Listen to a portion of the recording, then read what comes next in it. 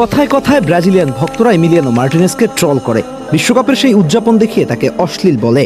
গোলবারে উঠে ঝুলে উদযাপন করায় বানর তকমাও দেয়। সোশ্যাল মিডিয়ায় সুযোগ পেলেই তাকে নিয়ে ট্রল করে। কিন্তু আজ আপনাদেরকে এমন একটা ভিডিও দেখাবো যা দেখলে ইমি সম্পর্কে আপনার ধারণা বদলাতে বাধ্য হবে। চলুন দেখে আসি পুরো ঘটনাটা। গত জানুয়ারিতে গ্রেমিও থেকে অ্যাস্টন ভিলায় যোগ দিয়েছিলেন ব্রাজিলিয়ান ইয়াং মিডফিল্ডার অ্যালিসন। বয়স কম, ইউরোপিয়ান ফুটবলে নতুন, ক্লাবের সাথেও ঠিকভাবে মানিয়ে নেওয়ার সময় পাননি এখনও। দুর্ভাগ্যজনকভাবে ইনজুরির কারণে ইউরোপা লিগের ফাইনালে স্কোয়াডেও জায়গা হয়নি তার।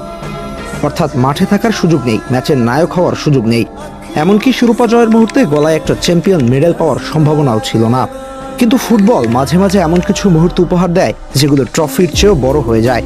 শিরোপা জয়ের পর পুরো অ্যাস্টন ভিলা যখন উদযাপনে ব্যস্ত, সবাই ট্রফি নিয়ে লাফাচ্ছে, ছবি তুলছে, গান গাইছে, ঠিক তখন এমিলিয়ানো মার্টিনেজের চোখে পড়ে একটা জিনিস।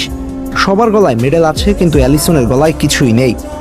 খেয়াল করুন, এই মুহূর্তে বেশিরভাগ মানুষ হয়তো নিজের উদযাপন নিয়েই ব্যস্ত থাকতো। ক্যামেরার সামনে দাঁড়াতো, ট্রফি নিয়ে ছবি তুলতো, ভক্তদের দিকে হাত নাড়তো।